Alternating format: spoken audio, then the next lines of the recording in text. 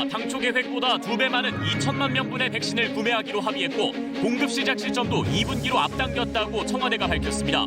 모더나와 구매 계약을 마치면 우리나라는 백신 5,600만 명분을 확보하게 됩니다. 코로나19로 어려움을 겪는 자영업자와 고용 취약계층에게 최고 300만 원이 현금으로 지급됩니다. 9조 3천억 원 규모의 3차 재난지원금 결정 이유와 지급 시기 등을 홍남기 경제부총리가 출연해 직접 설명합니다. 집단 감염이 발생한 서울 동부구치소 관련 확진자가 오늘 230여 명 추가돼 760명을 넘어섰습니다. 의심 증상이 있는데 감기약만 처방하고 마스크도 제대로 지급하지 않는 등 허술했던 방역 조치가 KBS 취재로 드러났습니다. 내일 아침 중부 내륙 지역이 영하 15도, 서울이 영하 12도까지 떨어지는 등 연초까지 매서운 추위가 이어지겠습니다. 수도권과 충청, 강원 일부 지역에 한파특보가 내려졌고 서해안 지역에는 최고 30cm의 폭설도 예보됐습니다. 아이가 있는 주거빈곤 가구가 57만 가구에 이르고 있지만 정부의 주거지원 대책은 치솟는 집값을 쫓아가지 못하고 있습니다. 기초생활수급 대상인지만 따지는 등의 획일적 지원 기준도 문제로 지적되고 있습니다.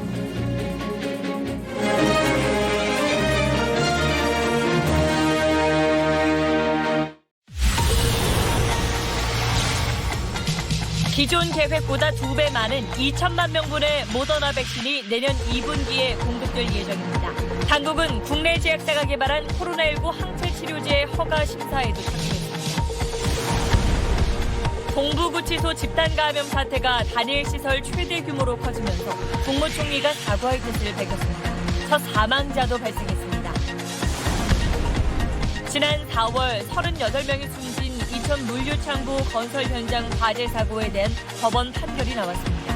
발주처 책임자에게도 유죄가 선고됐는데 금고형의 집행유예에 그쳤습니다. 요즘 포털사이트 기사에 달리는 댓글들이 그대로 여론으로 인식되기도 합니다. 과연 그렇게 볼 수 있는지 SBS 사실은 팀과 마보작전팀이 댓글 1억 9천만 개를 분석했습니다.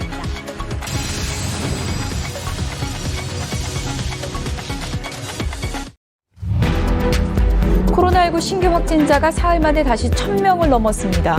확진자가 760명이 넘은 서울 동부구치소에서는 출소한 60대가 숨지고 확진 수용자 수십 명이 법원 여러 곳에 출석한 것으로 드러났습니다. 또 다른 교도소로 이감된 17명이 확진 판정을 받았습니다. 문재인 대통령이 모더나사 CEO와 화상통화에서 코로나19 백신 2천만 명분 공급 계약을 올해 안에 맺기로 했습니다. 도입 시기도 내년 2분기로 앞당기기로 해 우리나라는 일단 5,600만 명분을 확보하게 됐습니다. 정부가 코로나19 3차 확산에 따른 맞춤형 피해 대책으로 580만 명에게 9조 3천억 원을 지원합니다. 피해가 집중된 소상공인과 고용 취약계층 등 396만 명에게는 내년 1월 11일부터 최대 300만 원이 현금으로 지급됩니다. 여당이 공수처장 최종 후보 추천에 이어 검찰의 수사권을 따로 떼내는 2단계 검찰개혁 방안 마련에 나섰습니다. 국민의힘은 공수처 출범 저지를 목표로 법적 대응 등을 적극 검토하고 있습니다. 경찰이 고 박원순 전 시장의 성추행 방조 의혹에 대해서 범죄 혐의점을 찾을 수 없다며 모두 불기소 의견으로 검찰에 넘기고 수사를 마무리했습니다. 박 전 시장 측은 당연한 결정이라는 반응을 보인 반면 피해자 측은 사실관계를 제대로 밝히지 않았다며 유감을 표했습니다. 내일은 올겨울 최강 한파가 찾아와 서울 아침 기온이 영하 12도, 체감 기온이 영하 20도 아래로 떨어지고 해안 지역엔 폭설이 쏟아지겠습니다. 한파는 새해 초까지 길게 이어질 것으로 보이는데 11년 만에 가장 강한 연말연시 한파로 기록될 전망입니다.